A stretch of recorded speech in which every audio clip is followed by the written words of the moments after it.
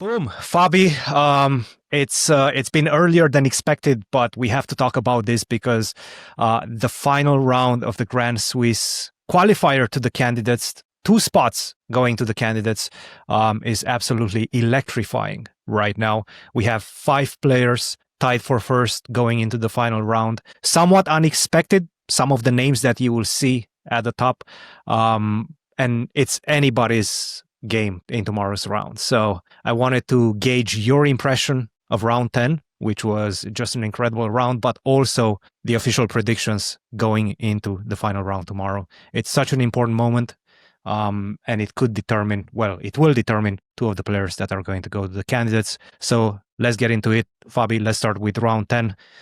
Crazy round. Yeah, I think to start with round 10, it had mostly draws. But that was a bit of a surprise because, Vincent was clearly winning, and he's definitely the one who can be most upset about this round. You know, he had won 2 games previously, 2 in a row. Maybe you could argue with some luck, but, you always need a bit of luck, and he did take his chances. But against Vidit, he was lucky that Vidit didn't play King D5.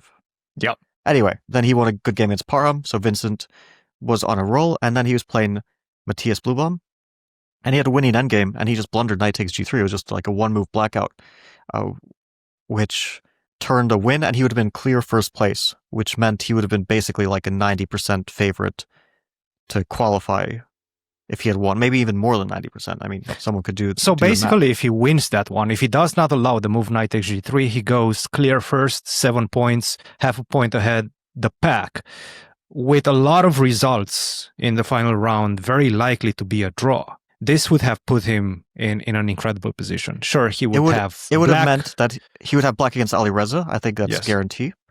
Although, no, wait, sorry. No, not black against Ali Reza. He would probably have black against Anish. I guess, did he play Anish? Yeah. I don't think he did, but we can definitely check. Actually, Vincent had... He did not. Like, when I see his pairings, I actually think Vincent got some of the sweetest pairings at some point. I mean, everyone's tough, but, if you look at someone like Mishra, for example, Mishra played like all 2700s, Giri, Noterbeck, Hans, Maxime, Gukesh, Prague, Yang Yi, Vidit, like all 2700 players the entire tournament. Vincent, by comparison, got sweet pairings, So, he would have probably gotten Anish with black, and he would just need to not lose. So, okay, anyway, now Vincent is still in the leading pack, but not clear first. And unfortunately, the leading pack is really big for all of them. So it's unfortunate for all of them, but there's 5, and only 2 make it. There was also another big result in round 10. We'll get into round 11 in just a second. The big result that we can see clearly is Hans defeating Prague with the white pieces. Obviously, Prague perhaps felt like he needed to win as well because he was half a point behind Hans, 1 full point behind the leaders. So Prague would need basically to win the last 2 to have any realistic chance, perhaps. With that in mind, took more risk than necessary, but Hans played quite an impeccable game. What's your take on that game? I don't see it as Prague taking... Well, to start with, the good news for Prague is in general that he probably makes the candidates by virtue of the FIDE circuit, so he's not in a must-qualify situation here. Technically, nobody is because it's the World Cup, but Prague is pretty safe, and he probably feels pretty confident about his chances, so he's just playing a tournament where he doesn't have to get top 2, but it's always nice to do well. He played a normal opening. Like, it was a Roslimo. He played a rare line, Prague did, where Hans reacted in a reasonable way, and they got a position where Hans is a pawn up, but the engine just shows zeros. A strong engine just shows like zeros in many, many ways, but it's not as trivial as it seems. It's a bit unpleasant always, because engines defend anything, but you have to be accurate. And, at some point, like, the engine was just showing like every move is equal, including what Prague played, Queen F5. But I think this Queen F5 was like a small step in the wrong direction, and then it was followed up by more and more small steps as it got increasingly more difficult and increasingly less time. And Hans, to his credit, played a pretty near perfect game. I mean, very little to be critical even over single moves. Hard to find any moves to be critical over, maybe some minor mistakes, but overall a pretty impressive victory. The only move I could like really be critical over is Queen E1, which Hans himself said he like the move. And I can't even be critical over it. It's a pretty fine move. Just the computer doesn't like it as much as other moves. But okay, that was a great game. And the only decisive game in the top, how many? 9. The top 9 boards? 9 boards, yeah. That's actually a little bit surprising because, people are tired at the end and you expect a bunch of crazy results. Yeah. But only one. I think there could have been others. Like Nihal was much better. Yu Yang Yi was much better against Arjun. Obviously, Vincent was winning. Alireza Anish was a really quick affair. Alireza played a rare line, but Anish, I guess, was a bit better prepared for it and got slightly better position, but then it turned into a draw by a very forcing way. Just the game ended immediately, which for Alireza and Anish is both maybe not a bad result. I mean, if you think about it. The reason why I say that is because Anish has white in the last round, so he can push for a win, but his tiebreaks aren't very good. Let's take a look. Let's take a look at the final round right here. Okay, so first of all, I think we should say people who have no who have no theoretical chance anymore. No theoretical and those chance. People are at 9th place and below. So Noterbeck, Nihal, A Wonder, Vidit, Yu Yang Yi, and Maxime, 0 theoretical chance. Even if they win and everything else goes perfectly, they cannot get top 2 in the tournament. It's impossible. Because they have, on the other hand, tiebreaks. Bad tiebreaks, yeah. They're currently a half point behind, but even if they catch up, they'll still have worse tiebreaks than at the very least 2 and probably more. Now, from people who have 6.5 points and still have chances, Mishra, Woodward, and Arjun still have a theoretical chance. That's an unexpected name. Woodward, Andy Woodward, the only player that I can see with a 5 followed after the 2. So 25.57, a very low rating in comparison to all his peers around the top 10 boards. But obviously one of the most talented youngsters coming from the US. We've talked about him. I believe his live rating is approaching 2,600 if it hasn't already gotten there. Definitely a very promising player. He's gaining 30 plus points, yeah. 30 plus points, yeah. It's one of the biggest kind of results of the tournament. Not counting the qualification, people who have a good chance of qualifying, but from the young guys who weren't thinking about qualifying, I don't think, but were just thinking about playing well. He's actually theoretically can qualify before the last round, and he's +3. And he's played people incredible of an average rating of like 2680 maybe or something like that. And he's beaten Levon from top players. And he's also beaten Parham. Now, for him to have a chance of qualifying, it's almost like strange to imagine that we're talking about I don't know, is he 14 or 15? But yeah, really young 15, guy. 15. Potentially qualifying for candidates, but he does have a theoretical chance. He's playing Yu Yang Yi with white. Now, normally, Yu Yang Yi is not likely to lose the game, but anything could happen. And then he has very good tie breaks. Now, still, other things would have to go his way because he's still, I think, lower tie breaks than Bluebon and Alireza. So it's unlikely, even if he wins, but it is possible. And to be honest, whatever his result, I think he'll be thrilled with the tournament, and he should be. Absolutely incredible result, yes. Then we have Mishra, who has had, by performance, I think, the best tournament. Mm-hmm. But he's had kind of unlucky pairings, if you think about it, because I mentioned he played everyone 2,700. Mm-hmm. And he continues, I think. Who does he play? He's playing Vidit, which I think it's a good pairing because Vidit obviously is extremely strong. He's the defending champion of this tournament. But I think you already mentioned it. He doesn't have any realistic chances of qualifying right now to the candidates just due to his tiebreaks. I think he wants to win. I think he's going to take chances to try to win. He's a fighter. And that could open the door for Mishra to maybe get some chances with the black pieces. Not an easy pairing. Honestly, the thing is, if Mishra wins, he is a favorite to qualify because his tiebreaks are better than everyone. So the only way he wouldn't qualify if he wins is if both, either Blue Mama Alireza has a decisive result and Anish Hans or Vincent wins. Yes. But 2 of those things would have to happen, which is unlikely. I think one of those could easily happen, but for two people to go on 8 points, I think is unlikely. But it's not impossible. Yeah. Anyway, the thing is, Mishra with black against Vidit, regardless of how ambitious Vidit is, it's still unlikely that Vidit overpresses with white. It's possible. It's definitely unlikely, yes. But we are talking about someone who, on paper, he's 100 points higher rated. I know Mishra is now like probably 2650 or so, but Vidit is still, we have to say, the stronger player, and he is white. So, but it's still, it's a tremendous tournament. Like, no matter what the result is, Mishra has had a 28-30 plus performance. I mean, you know, he's played everyone. He hasn't lost a game. He drew Prague. He beat Gukesh. He drew Anish. He drew Noterbeck, like absolute top players, and many of them young and ambitious players. He drew Hans with black and a good defensive game. I mean, his tournament for me is the most impressive, but the score is still, unfortunately, probably not enough for him to qualify. But he has a chance. Now we get to the top boards. Those are the players with the highest chances. Blue Bomb, who's been having an absolutely incredible event so far. Ali Reza Giri, who's also been having a very good event. Hans coming with a couple of important victories in the last few rounds to now tie for the top position. And Keymer, Arjun as well. We see him in the mix on board 3, but unfortunately for him, the tiebreaks. He has a chance. No, he has a chance. He has a chance, but the tiebreaks are not very much in his favor. Well, no, but it's not so bad. I mean, if you look at the tiebreaks, like Blue Bomb is number 1 by tiebreaks, and Ali Reza I think is number 2. But I think that Arjun has played pretty strong players and is ahead of Anish and Hans. So Arjun is in a must-win game. Mm-hmm.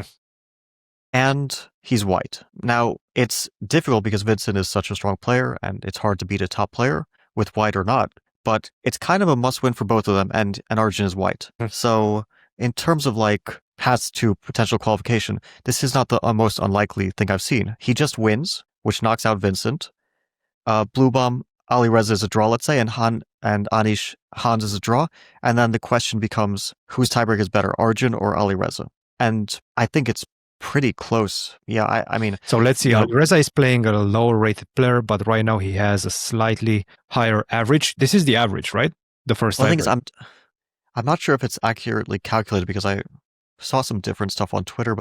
But anyway, it's not impossible. For Arjun, he just doesn't have to care about it because he just plays, he tries to win. You know, a loss or a draw is basically the same for him. For Vincent, it's also a must-win, weirdly enough, even though he's on the leading score group. His tiebreaks are bad. His tiebreaks are the worst of the group. So a draw will not qualify him. There's just no way. And who do you see as favorites? Okay, clearly Blue Bomb is a favorite. I mean, clearly Blue Bomb is a favorite. I mean, he's white. He has a high likelihood to draw if he wants to draw, and I think he should go for a draw. Ali Reza might push because Ali Reza is not necessarily a favorite to qualify with a draw, but Blue Bomb is. His tiebreaks will be ahead of anyone, without a doubt, except maybe Mishra. Paint me a picture of what you think is going to happen in tomorrow's game between Blue Bomb and Firouzja. Like, give me just... I think it's kind of up to Ali Reza let's say some the way. opening play out. Like, do you think Ali Reza is going to play the modern or something like that, something completely crazy, or you think he's going to take okay, a more Blue Bomb is approach? A D4 player. Okay. Ali Reza is also a King's Indian player. Now, when Ali Reza has tried to play for a win in past games, for example, against Dayak in Bucharest, he's very often fallen back on the King's Indian. It's a good opening to play for a win usually, although there are some drawish lines, and it depends a bit on how cynical Blue Bomb is. Does he think about how to draw in every single opening? What's his repertoire against the King's Indian? To be honest, I'm not 100% sure. I know that he's like a Nimzo player. He's an main E3 Nimzo player. He'll play D4. It's kind of what he does, and he's a good theoretical player, and he knows his openings very well. He analyzes quite extensively. He usually has his own like small original twists on lines that he plays. If Ali Reza wants to win, he kind of has to play something a bit marginal. Now, it depends on what he'll look in Blue Bomb's repertoire, what gives him the most chances to get a fighting position. And the other question is, will Ali Reza look at all the possible scenarios and decide, screw it, let's make a draw and, hope for the best? Either way, it's a bit of, do you want to take fate in your own hands? Personally, I would probably try to keep the game a bit tense just to avoid a scenario where you draw and then it's completely out of your hands. And there's so many, like the scenarios where it goes wrong for Ali Reza is either Anish or Hans wins, Arjun wins and things go well in terms of tiebreaks there. Vincent wins, Mishra wins. That's a lot of possible results that could go wrong. So probably He Ali does Reza have has very to. decent. He does have very decent tie breaks. Ali Reza. So Yeah, but he could just be passed by score. So he's he can. worse. He's worse than Blue Bomb. If he draws, he knows that he can never get first place. So it's one place remaining. So if someone goes ahead of him, either Anish, Hans, Vincent, then he's out. If Arjun ties with him, then has to do some calculations. And if Mishra goes ahead of him, which is maybe the least likely, but not goes ahead, ties him, then Mishra's in. Mhm. And Andy could also maybe pass. I don't know. So, if I were Ali Reza, I think it's one of those scenarios. It's a tough situation, but you kind of have to keep some chances alive. The good news is Ali Reza is usually pretty good in this situation, but it's a bit weird. It's not like a pure must win. So it's similar to what we had in candidates when I was playing Jan. It's like, okay, that was actually no, that game is more like Anish versus Hans. They both have to win. Let's talk about that. That's the most interesting game because for them, it's a draw will not help either of them. They both have to win. The same as Arjun Vincent. All these 4 players have to win, and they know that their opponent has to win, but they don't know how their opponent will approach. It's like when I was playing Jan, I was like, he could play the Petrov, knowing that I could force a draw, but since I have to win, maybe I'll do something crazy and give him chances, but he doesn't know if I'll do something crazy. So I know that, so maybe, do you remember Hans's French thing? We know our opponent plays the French, but you remember that, right? He doesn't know that we play the French. But he doesn't know that we know that he plays the French, thereby, and so it's a bit of, I guess, some like psychology in play. But for white, it's easier because you can play normal openings and still put pressure on, and you know that your opponent will not like kill the game. Like, let's say if I'm Anish and I play d4 first move, my opponent won't play d5, c4, e6, knight c3, c5, because that's just crazy. You can't possibly get winning chances there. Like, you kind of force your opponent to dry the game out. Like, the most annoying openings are kind of taken out of the picture a little bit. Mm-hmm. On the other hand, it's like, okay, Anish is he plays many openings first move, right? He can play d4, he can play e4. Hans is kind of a Berlin Marshall player. Or will he decide to play something else to surprise? But then he has to prepare surprises. In the candidates I was playing Prague, I considered it a must-win in the penultimate round. So I just prepared. I mean, as you know, I prepared very risky openings against everything. I mean, I was ready to play the King's Indian, which didn't happen, but I was ready. And the question is, will these players I don't know if you should have said that. Okay, I mean, it's. But it's past the time. Yes. Like also with Arjun, since he knows it's a must-win, he could give Vincent chances. But the thing is, Vincent also is a must-win. So I think it's more likely that the players playing white get chances. If I had to pick, my current prediction would be maybe Blue Bomb Anish, or alternatively, I could see Ali Reza winning, and then, to be honest, I think between Anish, Arjun, and Keymer, like, I think Hans is actually in a bad situation. I don't see him winning the game. I see either Anish, Arjun, or Vincent more likely to win than Hans. Hans has had a great tournament. He actually won a must-win against Prague, and the bad luck for him is that he still has a must-win against Anish with Black. It's just an unfortunate pairing, but that's a Swiss system for you. Yep. What to do? From my perspective, I would have to stay with the options I took at the beginning of the tournament. I'm going to stay with Ali Reza and Hans.